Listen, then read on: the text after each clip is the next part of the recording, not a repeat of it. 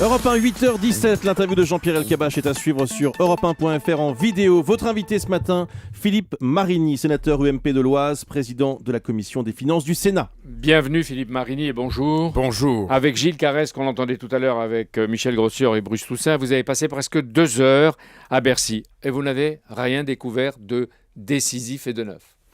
Rien de décisif, mais ce n'est pas la fin de l'histoire. Nous avons constaté que nous sommes en désaccord sur l'interprétation de plusieurs aspects importants de droit dans ce dossier. Et par ailleurs, nous avons eu quelques informations sur une question importante qui était pourquoi avoir attendu si longtemps avant d'avoir interrogé la Suisse. Donc vous pensez que l'administration fiscale et Pierre Moscovici ont pris du retard, n'ont pas rempli leur mission et leur job ?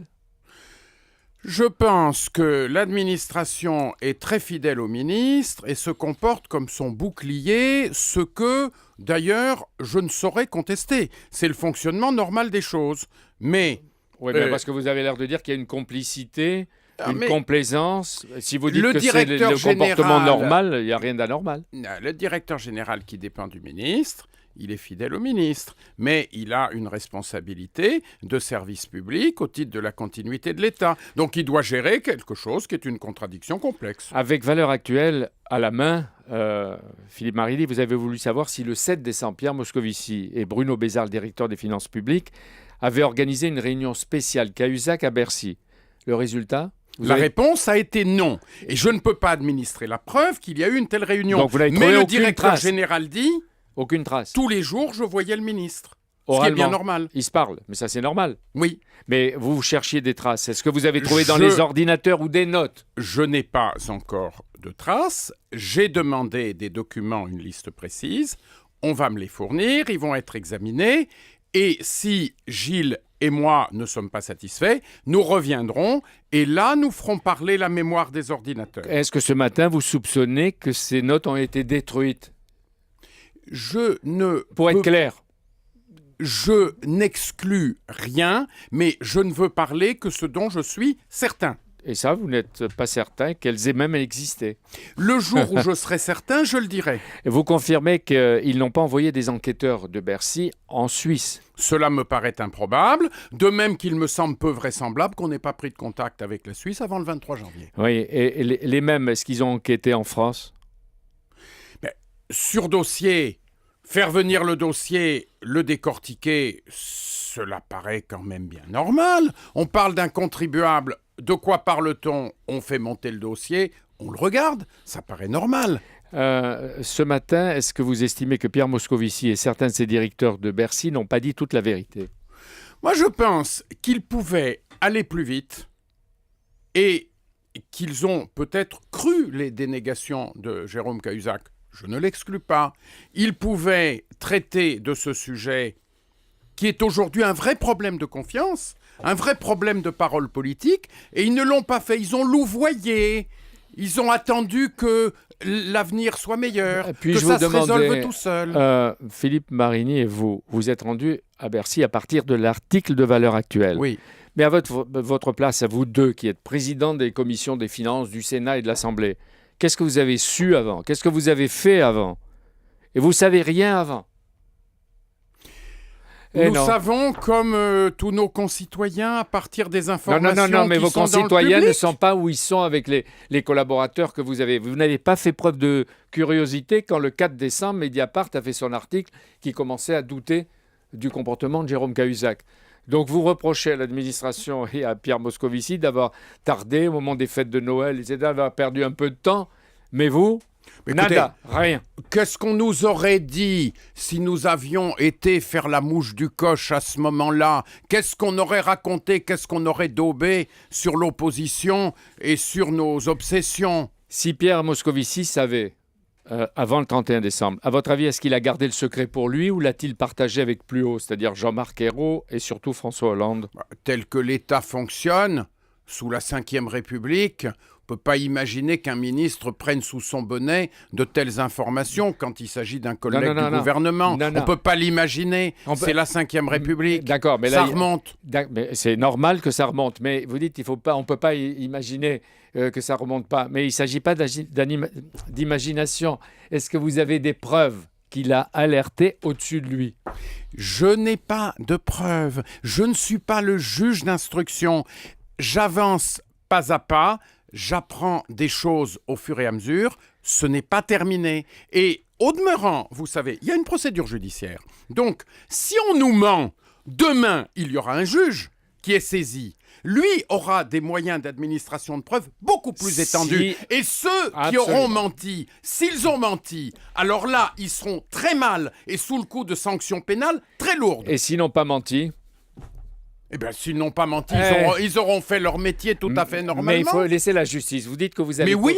Vous dites que vous allez continuer, Philippe Marini. C'est votre rôle probablement. Mais est-ce qu'il peut y avoir une commission d'enquête quand la justice est en train d'instruire une affaire ? C'est douteux. Pour moi, c'est douteux. Pour moi, c'est douteux. Donc ça fait plaisir au Premier ministre de dire qu'il y a une commission d'enquête. Oui, voilà. Mais il faudra voir si, juridiquement, constitutionnellement, on peut avoir une commission. C'est un beau geste. Mais oui, mes chers amis, bien sûr. Nous sommes une maison de verre. Nous vous dirons tout. Et puis on escompte que les parlementaires vont se contredire, vont faire des discours, ne vont pas être sérieux, ne vont pas travailler. Ça ne mange pas de pain. Monsieur Marini, depuis quelque temps, l'UMP cible Pierre Moscovici avec ce qu'on peut dire une sorte d'acharnement politique repéré. Gilles Carrez et vous pouvez pas nier que vous êtes UMP. Vous êtes en mission UMP, en mission politique. On m'a demandé hier, est-ce que vous voulez la démission de Pierre Moscovici ? J'ai dit oui, mais pas pour cette raison-là. J'ai dit oui parce que Pierre Moscovici manque d'autorité dans la conduite de la politique économique et financière. Et qu'il accepte d'être contredit dans les journaux de manière frontale par M. Montebourg, par M. Hamon, qui défendent une autre conception des finances vous n'allez publiques pas que vous lui. substituer Et au ça président. continue. Philippe Et Marini, ça continue. Est-ce que c'est un ministre qui a une autorité politique ? Est-ce que vous allez vous substituer au Premier ministre, au président de la République ? C'est à eux de décider. Moi, non, je suis dans sur cette l'opposition. affaire, Jérôme Cahuzac, est-ce que vous demandez, puisque c'est une opération politique aussi qu'il faut reconnaître, est-ce que vous demandez la tête, puisqu'il vous faut une tête après l'autre ? Non, moi je ne raisonne pas du tout comme ça. Les présidents des commissions des finances appartiennent à l'opposition, c'est un gage de transparence. On le doit à Nicolas Sarkozy. On fait notre job, mais on le fait sans obsession politicienne. Et ce qui compte, c'est la politique économique. C'est le sérieux de la parole de la France. Et moi, ce que j'ai dit sur Cahuzac, c'est que le plus grave, c'est que notre pays a été représenté par quelqu'un qui n'a cessé de maintenir un mensonge insoutenable pendant des mois. Et c'est très grave pour la parole de la France. Vous voulez dire qu'il a menti comme ministre ou il avait menti avant, 20 ans Il a avant ? menti comme homme. Et comment peut-on être crédible si on ment comme homme ? Le contrôle fiscal, fin 2012, a généré, paraît-il, 18 milliards d'euros de droits de pénalité, soit 10% de plus qu'en 2011. C'est pas moi qui le dis, c'est le successeur de Jérôme Cahuzac, Bernard Cazeneuve. C'est le bilan de François Bayrou et surtout de Jérôme Cahuzac. C'est un bilan spectaculaire. Est-ce qu'il a été un bon ministre dans ses fonctions ? Jérôme Cahuzac. Mais je ne l'exclus pas, moi. À chaque fois qu'on m'interrogeait sur lui, je disais c'est un garçon très vif d'esprit, intelligent, habile. J'ai pas ses idées, mais il est techniquement bon et ça a été un bon parlementaire. Je vais pas dire le contraire aujourd'hui. Maintenant, merci à l'administration et à la continuité de l'État pour avoir mené ces procédures. Le président du Sénat, Jean-Pierre Bel, n'est pas réticent à la publication des patrimoines. Je ne sais pas si vous allez publier le vôtre, d'ailleurs. Bon, écoutez, je respecte la loi. Si la loi le prescrit un jour, je ferai comme tout le monde. Le président de l'Assemblée, Claude Barthelone, sera peut-être écouté à l'Élysée. Il dit qu'il faut déclarer, contrôler, sanctionner. C'est de la transparence, rendre public. C'est du voyeurisme et du populisme. Est-ce que vous pensez que la loi peut être confiée à la future haute autorité de contrôler, de punir et d'éviter la mise sur la place publique des revenus et des patrimoines de tous les élus ? L'annonce de François Hollande, c'est très largement une manœuvre de diversion. Sur le fond, qu'on transforme la commission de transparence en haute autorité, qu'on lui donne plus de moyens, qu'elle vérifie la variation des patrimoines, oui, bien sûr, c'est un facteur de confiance, mais ce n'est pas la peine de déshabiller sur la place publique l'ensemble des élus de ce pays. Vous estimez que ça peut créer des envies, des tensions sociales. Mais pourquoi vous, les parlementaires, Philippe Marini, vous ne déployez pas autant d'énergie, de détermination pour réduire le chômage, pour soutenir la croissance et surtout pour voter les grandes réformes dont la France a besoin ? Pourquoi ? La Bah, même parce que énergie. ce qu'on nous dit être des grandes réformes, c'est pas des grandes réformes.